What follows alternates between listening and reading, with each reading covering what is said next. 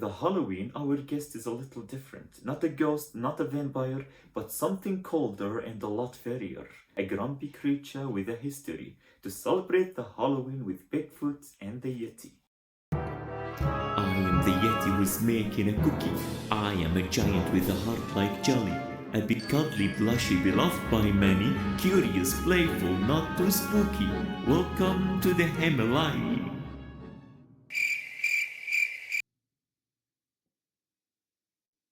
That's the Yeti. Unlike Bigfoot, who's grumpy and despite being a beastie, he's actually very friendly. Though he needs to work on his comedy. The Yeti is a creature of the snow, often confused with Bigfoot. But while they may seem alike, each belongs to a completely different legend. The Yeti's main color is white, though sometimes brown, much like the bears that share its mountains. As for Bigfoot, he's known for exactly what his name says. Yeah, yeah, gosh, something wrong here.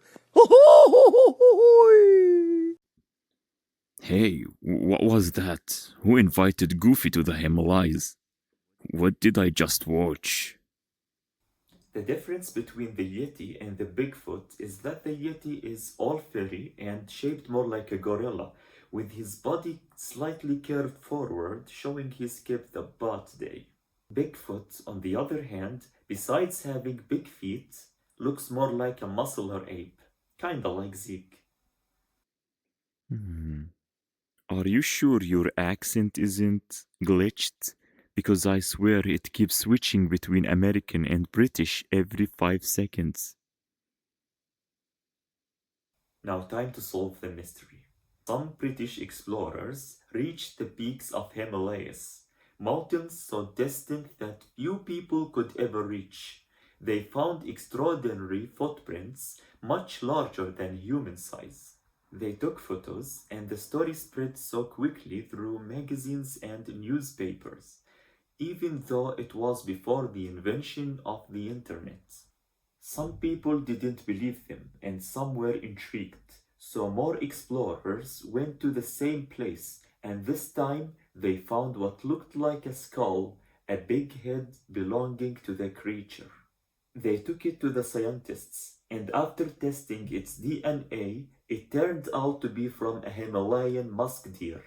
Now the story of the Yeti goes way back, even to the time of Alexander the Great. Curious about the legends, Alexander traveled to the Himalayan region after hearing stories from local tribes who spoke of a mysterious snow creature they called Meti instead of Yeti. But the tribe came up with an excuse. They claimed they worshipped him and that he could never leave his sacred home or survive in a different climate. Even so, the mystery of the Yeti and the Bigfoot only grew stronger. In recent times, several discoveries of traces, shadows, and strange figures, it all ended in embarrassing results. They dig for dinosaurs for millions of years and still can't find me. Are these even photoshopped? In recent times, several universities examined samples said to belong to the Yetis. After testing, the results revealed something less mysterious. They belong to bears. Hmm. Who YouTubes with a cat sitting on his lap? I swear humans are weird. And no, I'm not gonna eat it. Probably tastes like chicken anyway. Never mind. As for Bigfoot, hair samples and footprints were also tested in recent years, yet every result pointed back to known animals like deers and bears. Despite that, some people still believe that these snowy creatures still exist, and they even wrote books about it, such as The Mystery of Yeti, Still Living, and Does the Yeti Really Live in the Himalayas? What about me? Where are my books? And were you pointing this camera at me? But I've got a word for ya. I dare anyone to come to my domain, unless you've got lamps, of course. And I wish you a horrible Halloween.